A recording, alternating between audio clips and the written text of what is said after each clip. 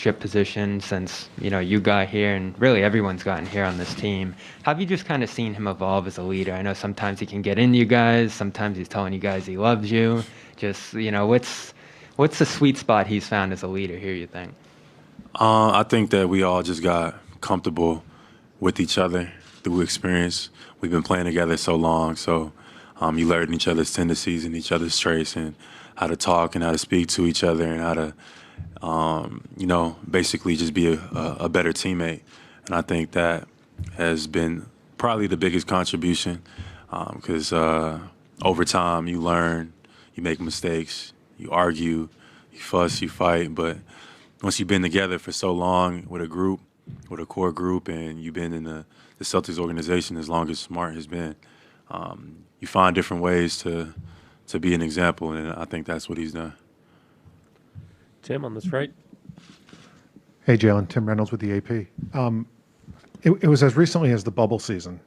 There were only 7 black head coaches in the league, and Darvin's hiring makes it 15, which is the most ever at one time.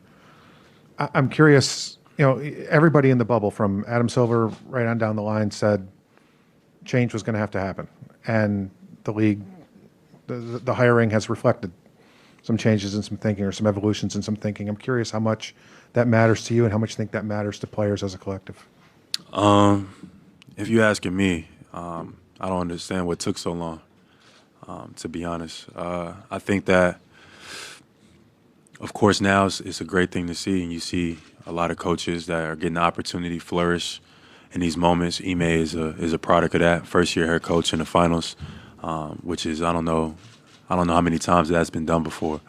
But just overall, I think that's just an example, and not just in the NBA, but in our society as a whole. Just opportunity is important, and a lot of times we look at like things like that as more so. What's the words I'm looking for? There's things that systemically go on that keep people out of positions that may go unnoticed, like opportunities, et cetera. But those make the biggest differences in the world. Not being able to go to school, not be able to get in school, not be able to get jobs, not be able to get houses, not be able to do things that, you should have the right to do, obviously is important. So, of course, this is the NBA, and we're talking about that. And so, but I think that can be related to a grand scheme of things that kind of goes on in America. Adam in the back. I think you were like in high school when these guys made the finals for the first time. What stood out to you, like watching? You see a group of guys in their 20s, like you are now, with this team, making that run and then sustaining it over all these years. What kind of stuck out to you? And what kind of almost blueprint do you think that possibly could be for you guys? One, just watching those guys first was like, pretty cool to see. Between Steph, Clay, and Draymond, they're probably the most winningest basketball players in this last 10 years era. So watching, learning, studying, being here at Cal, at Berkeley, going to a lot of games, being on the floor. Nick Kerr was my teammate, which was Steve Kerr's son. So long before I got to the NBA, or before I got to the NBA, I got to talk to those guys, et cetera. So coming into the league, just knowing that I wanted to be in that position, knowing I wanted to build, that type of locker room environment that, you can sustain winning. And luckily, we've able to found some recent success, being able to go to conference finals and finally being able to get over the hump and making it to the finals. So I'm excited about the future. Gary, on your left. Reports that you signed with Kanye West's company, and can you confirm that? And you don't do anything without seriously thinking about it. So what goes into that, and how does that help your brand? How does that help you overall? It's confirmed, and it was time. For me, like I said, anytime I'm making a life decision, I contemplate, I think about things deeply, and from what I want to do, the missions I want to get accomplished, it was the right decision.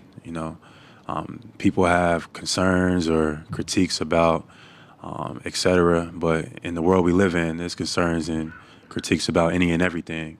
I feel like this is a good moment for me in my particular life, and I'm excited to build and create and do things that I've always imagined I wanted to do on the court and off. So I think it's a beautiful collaboration, and I'm excited. Jeff in the middle.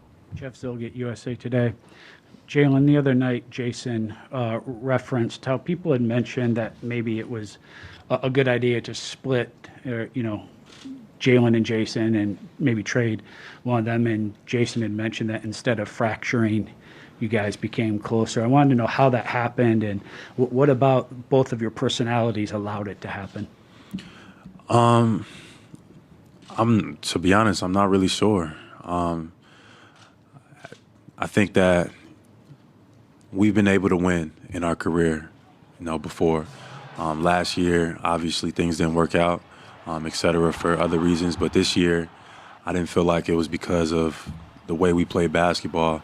I just think that they didn't come together at the right time. Like, early on in the season, I was injured. I missed about 15 games. And, the narrative isn't going to say that. They're just going to say that you guys lost. It doesn't matter what the excuse is. We had a first-year head coach. We were trying to figure it out. And, we play in a city that it has no patience for any excuses. So we didn't make any. But, as things started to come together, we got healthier. We made a couple moves in the front office that were, vital for us. And things started to fall in line. And I think that's what, if you ask me, that's what I believe. But you ask somebody else, they might say something different. Last one right here.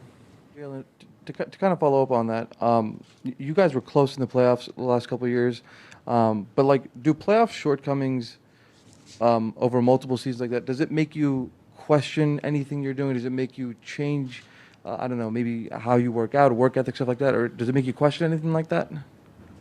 No, I don't think so. I've always had unwavering faith, even in the midst of situations that look like, like things are about to go in a direction that nobody wants to go in. I've always had faith that, in this group, in this organization, and in myself, that we'll be all right. So in those moments where we lost, I knew that we had so much to learn. I knew that I had so much to learn.